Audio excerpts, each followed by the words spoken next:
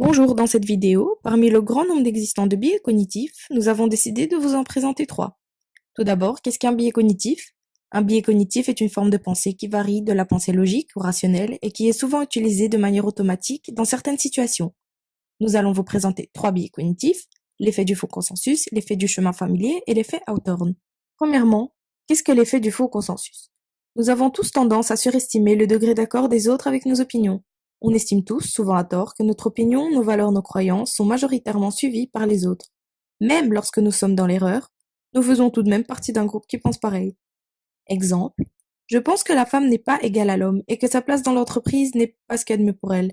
Et je suis intimement convaincue que j'ai raison, ainsi que tout le groupe d'individus qui partagent le même avis que moi. L'effet du faux consensus est la tendance à surestimer le nombre de personnes qui partagent nos opinions, nos goûts, nos préférences. Les personnes qui subissent cet effet pensent que leurs opinions ou leurs activités sont beaucoup plus communes qu'elles ne le sont en réalité. Ce biais pourrait trouver une explication dans la propension naturelle des individus à s'entourer des personnes avec lesquelles ils partagent un ou plusieurs traits de caractère. Nous côtoyons ainsi, quotidiennement, des personnes qui affichent des valeurs ou des opinions proches des nôtres. Par un phénomène de généralisation qui n'aurait pas lieu d'être, nous pouvons en arriver à croire qu'une grande partie de la population partage nos valeurs et opinions. Effet du chemin familier. L'effet du chemin familier est un biais cognitif dans lequel les voyageurs évalueront le temps nécessaire pour parcourir des itinéraires en fonction de leur familiarité avec le trajet.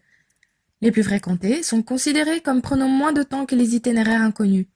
Cet effet crée des erreurs lors de l'estimation de l'itinéraire le plus efficace vers une destination inconnue. Lorsqu'un itinéraire candidat inclut un itinéraire connu, cette estimation ne nous conduit à aucune erreur. L'effet est plus frappant lorsque les sujets conduisent mais restent détectables pour les piétons et les utilisateurs des transports en commun. L'effet a été observé pendant des siècles, mais a été étudié scientifiquement pour la première fois dans les années 1980 et 1990, à la suite de travaux d'heuristiques et de biais entrepris précédemment par Daniel Kahneman et Amos Tversky. Tout comme la tâche Stroop, il est supposé que les conducteurs utilisent moins d'efforts cognitifs lorsqu'ils empruntent des itinéraires connus, et sous-estiment donc le temps nécessaire pour parcourir un itinéraire inconnu. Exemple. Certains restent dans une relation amoureuse qui ne leur convient plus. Pour eux, recommencer une nouvelle leur demanderait de reprendre tout dès le début, ce qui les pousse à se lancer dans l'inconnu. Ils estiment que cela leur prendrait beaucoup trop de temps et qu'il est plus pratique pour eux de garder la situation actuelle. Ce sont en fait les chemins inconnus qui attisent notre curiosité. Ils sont remplis de nouveaux noms, de nouveaux paysages, de nouveaux points de repère. Ce qui apporte notre intérêt. Le fait que notre attention soit portée sur toute cette nouveauté a un effet subtil sur le temps que l'on pense passer. Cet effet est causé par la façon à laquelle nous concentrons notre attention. Lorsque nous parcourons un chemin familier, nous n'avons pas beaucoup à nous concentrer, donc le temps semble passer plus vite. Après, quand on y repense, nous n'arrivons pas à nous souvenir du trajet, puisque nous n'y avons pas prêté attention. Alors, nous pensons qu'il était plus court. Et enfin le dernier, effet Hawthorne. L'effet Hawthorne décrit la situation dans laquelle les résultats d'une expérience ne sont pas dus aux facteurs expérimentaux, mais au fait que les sujets étudiés ont conscience de participer à cette expérience, ce qui se traduit généralement par une grande motivation. Exemple, un chef de groupe dans une situation chaotique causée par un de ses subordonnés lui portera une attention différente par rapport aux autres membres.